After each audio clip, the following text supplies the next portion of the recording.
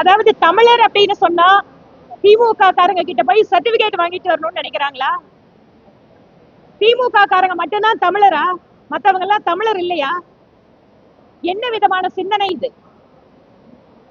இன்று தமிழகத்தை சார்ந்த ஒருவர், ஒரு தமிழர் இவ்வளவு பெரிய நாட்டுல துணை ஜனாதிபதியாக போட்டியிடுவதற்கு மட்டுமல்ல, துணை ஜனாதிபதியாக தேர்ந்தெடுப்பதற்கான வாய்ப்பும் அவருக்கு தான் இருக்கு.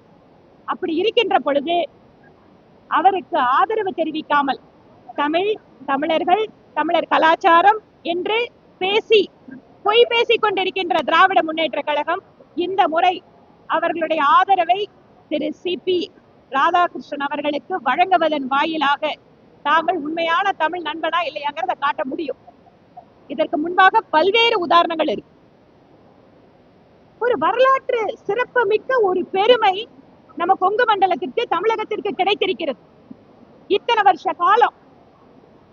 அப்படி இருக்கின்ற பொழுது இந்த மாதிரி ஒரு அற்புதமான வாய்ப்பு ஒரு தமிழருக்கு கிடைக்கின்ற இந்த வாய்ப்பினை கொண்டாடாமல், பாராட்டு தெரிவிக்காமல், ஒரு தேசிய கட்சியில இருக்கிறதன் வாயிலாக இன்று அவருக்கு அந்த வாய்ப்பு கிடைச்சிருக்கு. இந்த மாதிரி ஒரு தருணத்தை வேண்டுமென்றே அவர்களுடைய அரசியலுக்காக இதை முகமூடி என்று சிறுமைப்படுத்துகின்ற வேலையை தமிழகத்தினுடைய முதலமைச்சர் செய்கிறார். ஒடிசாவை சேர்ந்த ஒரு பழங்குடி பெண்மணியை ஜனாதிபதியாக அவரை வேட்பாளராக அறிவிக்கின்ற பொழுது ஒடிசா மாநிலத்தை சார்ந்த அரசியல் கட்சிகள் ஆதரவு கொடுத்தார்கள்.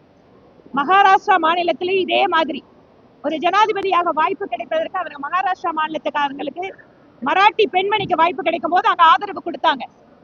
தமிழ்நாட்டுல தமிழர்கள் என்று பேசிக்கொண்டு இருக்கக்கூடிய திமுக இந்த நேரத்துல அரசியல் காரணங்களுக்காக இந்த மாதிரி செய்வது அவமானகரமானது.